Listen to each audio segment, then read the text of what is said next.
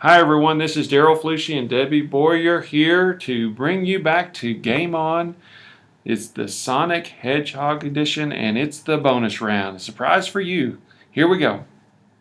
We like to highlight a new video game each week, and Sonic the Hedgehog is our bonus round.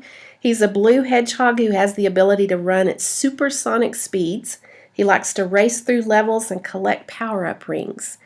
Every great video game has hidden treasure buried within it, so the characters have to hunt and find and discover and explore and collect that treasure. So for Sonic, he collects golden rings. Now the rings really don't have anything to do with the story or the mythology of the Sonic series. They're what's called a game mechanic. They have a set of rules that apply to them which create certain behaviors in the person playing the game. So I know you're thinking to yourself, what are the hidden treasures of CISDGameOn? Mr. Flushy, you want to reveal those? Here's the reveal. In TEA, they have developed a new teacher evaluation system. Its official title is Texas Teacher Evaluation and Support System. The acronym among the educators is T-TESS, and the T-TESS has 4 domains within the T-TESS rubric. Those domains are listed below. The first one is planning, and notice that planning is the domain, but there are 4 dimensions under the title of planning. Under the domain of instruction, there are also dimensions. In this one, there are 5 dimensions under instruction. Another domain is learning environment, and the learning environment has 3 dimensions.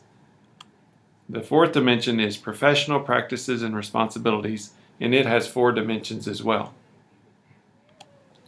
For purposes of Game On, we're going to focus on the domain of instruction. Notice that there are 5 dimensions under the area of instruction, and across the course of our 10 weeks with Game On, we focused on 1 dimension every 2 weeks. As you look at this piece, this is a sample page from the T-TESS rubric. The instruction domain is highlighted there.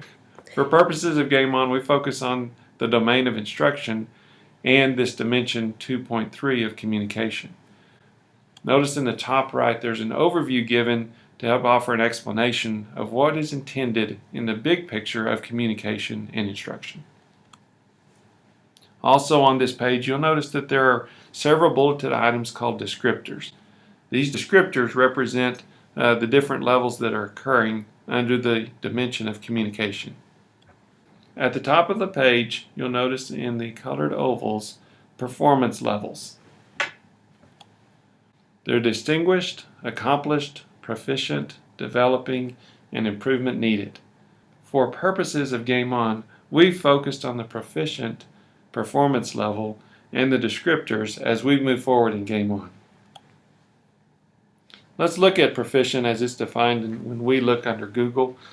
Proficient is defined as competent or skilled in doing or using something. Notice those synonyms for proficient: skilled, skillful, expert, even masterly. And that's what we want to see in our classroom instruction at Canyon ISD. That's why that was a focus for us with Game On. Okay, Daryl, let's look at how that rubric ties into CISDGameOn.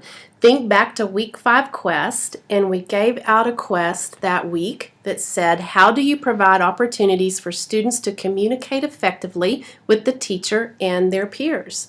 So when you take that quest and you tie it back to the rubric, you're going to see that we are in the instruction domain, and we're looking at the dimension 2.3 for communication.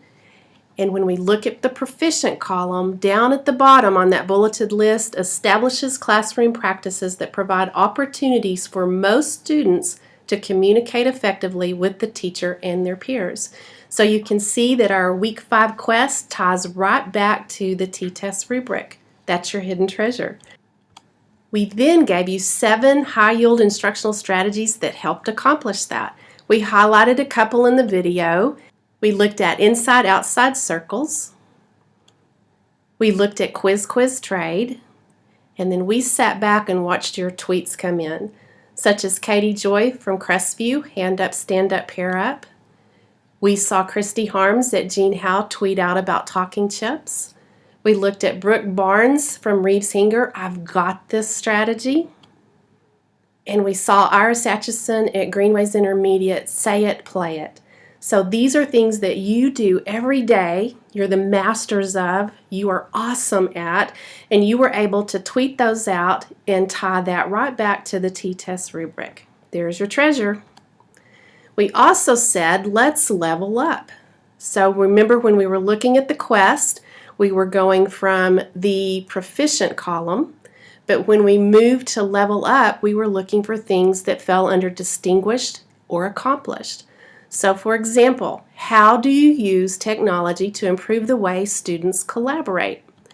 We looked back at the rubric, and under proficient you could see what the quest was, but when we look at accomplished, we saw establishes classroom practices that encourage all students to communicate effectively using visual tools and technology with the teacher and their peers.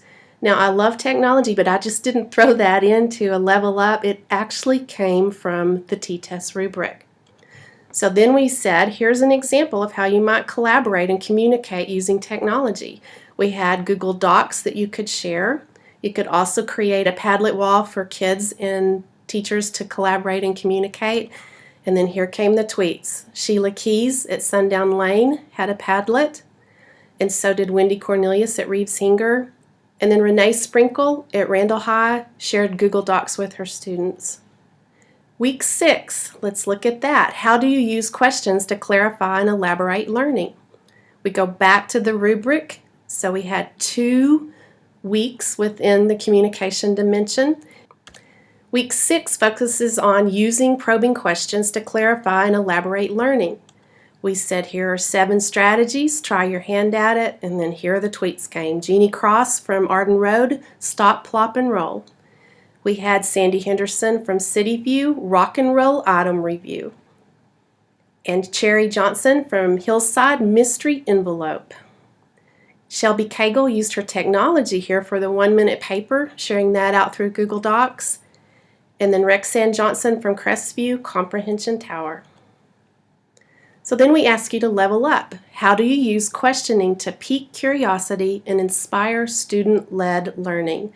If we go back to the rubric and we level up, we're going to move across to the distinguished column, and you can see skillfully provokes and guides classroom to pique curiosity and inspire student-led learning of meaningful and challenging content. We didn't make up those words, pique curiosity. They actually came from the rubric. So here came Danny Hale with a tweet showing questioning stems. We had Callie Cox from City View with a level up using her questioning cube. And then Julie Wirt tweeted out a question that's her favorite for increasing curiosity for her students. So look at all the many ways you applied the T-TESS principles to your instructional practices the past 10 weeks. You guys are the masters. This is what you do every day. You are awesome at all of the strategies and the way that you work with kids.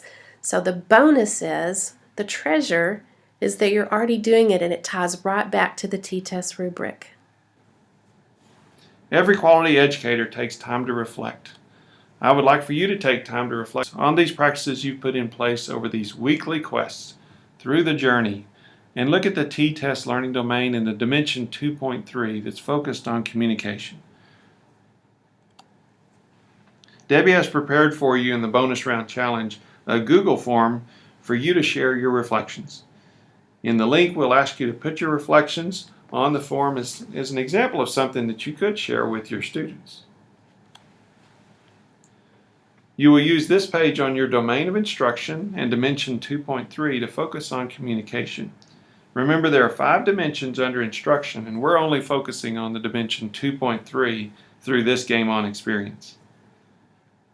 In your reflections on the Google form, you'll pick one bulleted descriptor that depicts an area you're proficient in, and you'll tell us why that you're doing well in that area.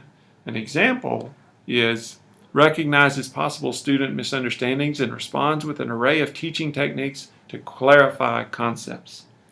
You'll also choose a bulleted item under accomplished or distinguished that you feel like you're doing well with in your class. For example, provides wait time when questioning students under the accomplished tab. These are just examples. You will determine what it is in your classroom in those areas that you feel like you're doing well in. To make the bonus round even sweeter, Amarillo National Bank has donated an iPad mini, and the winner will be chosen from those who complete the Google form. Okay, Canyon ISD, thanks so much for playing, and Game on!